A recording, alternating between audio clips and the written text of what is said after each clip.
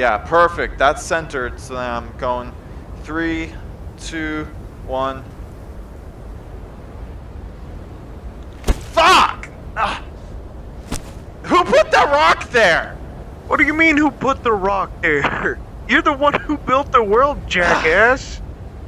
At last, a physically accurate diagram explaining why traps are gay. Yeah, I still it's watch been your going on for weeks. new videos that come out. What new videos? I haven't made videos in weeks. I've been working I on know. all of this. Spinning around, I got this funny view. Maybe you should focus on making videos. I am! What do you think this is? 3. Nope, nope, nope, nope, nope, nope, nope. Oops. Oh god, it's not turning off.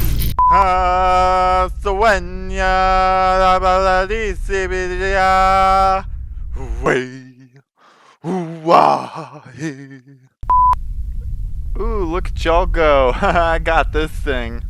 Oh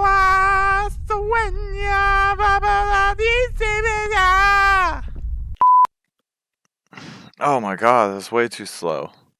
Yeah, who says VRChat can't have good graphics? Dab on them haters. Dab on them haters. Hello, it's Rogue. Thank you for watching. Now I'm just going to show you a little bit of how I make this movie magic work in VRChat. This is the camera. The camera has a control panel here, and it allows us to make it pan left, pan right, pan forward, pan back. We can also control the field of view in and out with animations, all of which we can control the speed of. We can also manually set the field of view. There's also an orbit mode that puts a pivot point down. You can position the camera around and that pivot changes, or orbits rather, and then you can control the speed of that. You can also move that pivot point as well. The camera has 2 viewfinders with the rule of thirds laid over the preview, and there's also a second control panel on that as well. This facility, there's some things here: smoke grenades, flares, some screen effects here. There's panels there that you can use as scaffolding to get a vantage point, you know, to run up and position the camera with or whatever. There's some green screen panels as well. The way that I get the footage from the camera that's on the map is by using this thing, which has a screen overlay shader on it. So if you move near it, you'll see that you're picking up the image of the camera that is over there, and that's what spits the image onto my desktop in full resolution and allows me to capture it. This is the VR room, and it's just a bunch of user interface panels that are spinning around and animated and stuff, and then there's a little button that teleports you into the middle. The GPU particles that I put in here are a little too much, though. I don't care for those.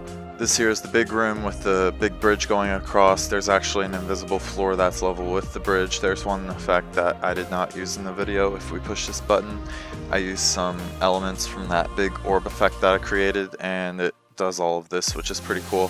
I'll give you another look at this orb. It has an invisible button here above one of the pulls. You push it, and then you chuck it, and it has a 3-second countdown, and it deploys, locks its position. I made this with a bunch of graphics I pulled off of Google, and then I just put them onto different planes and rings and shapes that I modeled and UV mapped in Blender, and then there's some lens flare and some different materials in the center. This here is the elevator. The elevator doesn't actually move, it's just a big shaft that I built around the elevator that loops, and the doors open and close. There's also a bridge you can call over to the elevator or dismiss. This is the desert scene, and one cool thing about this is this sandstorm effect. It's not actually a particle emitter, which is what a lot of people would use. I actually just UV mapped some giant rings and put them on the map, and there's just several of them on a big looping carousel effect, and they've got that texture on there, and that's way more performance friendly. There's a big doorway up there with sound effects and animations and everything, and then this is the ship. It has an animation on this map where it lands and the thrusters taper down, and then there's dust being kicked up and all that.